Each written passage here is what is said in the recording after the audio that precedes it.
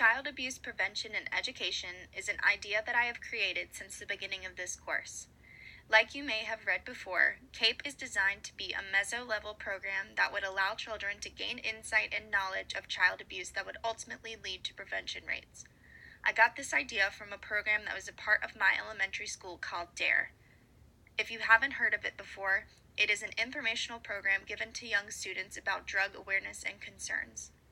Being that I am passionate about ending the abuse of children, I chose to model my program CAPE after this.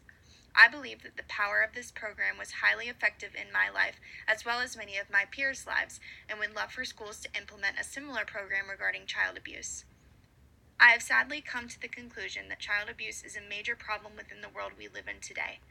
After studying statistics regarding the reality of this problem, I am shocked by the amount of child abuse that goes unreported. I am also in disbelief about the amount of child abuse that goes on and the lack of knowledge that children receive and learn regarding appropriate behavior that they deserve and should expect.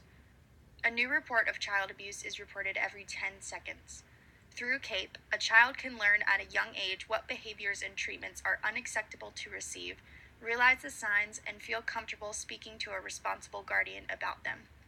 I feel that if children were to be aware of these signs, they would then feel more prone to stand up for themselves and access help. If you are unaware of the statistics regarding child abuse, here are a few according to DoSomething.org. 1 out of 3 girls and 1 out of 5 boys will be sexually abused before they reach the age of 18. 2.9 million cases of child abuse are reported every year in the United States alone.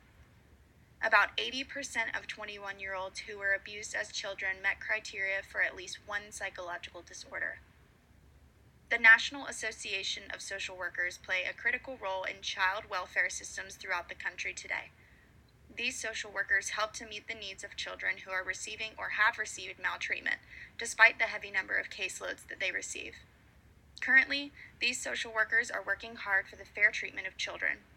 An example of this would be the Social Services Block Grant, which funds critical services to prevent child maltreatment and improve outcomes for children who have been maltreated or are at risk of abuse and neglect.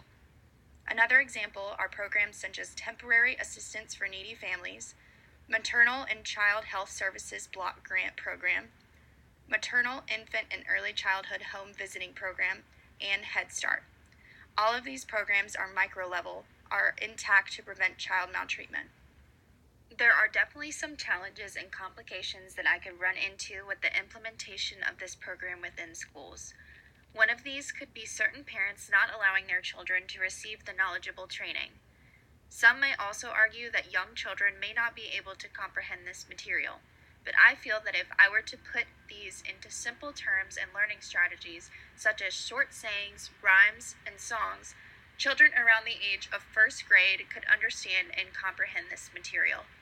Another complication that I could run into is whether or not children would feel comfortable talking about their parents mistreating them. I feel that for these children specifically, even learning about the fact that the behavior that they are receiving is unwarranted and unacceptable is something beneficial. This way, they may feel comfortable going to their parents directly and letting them know that they do not deserve this treatment. It is likely that you or someone you may know have been abused as a child. Because of this, I encourage you to take these 3 simple steps. Offer a helping hand to those with children. Some children are prone to abuse simply because their parents get overwhelmed and act out of line. Number 2, watch for signs. Not all abuse is physical, so you may not see specifics such as bruising or wounds.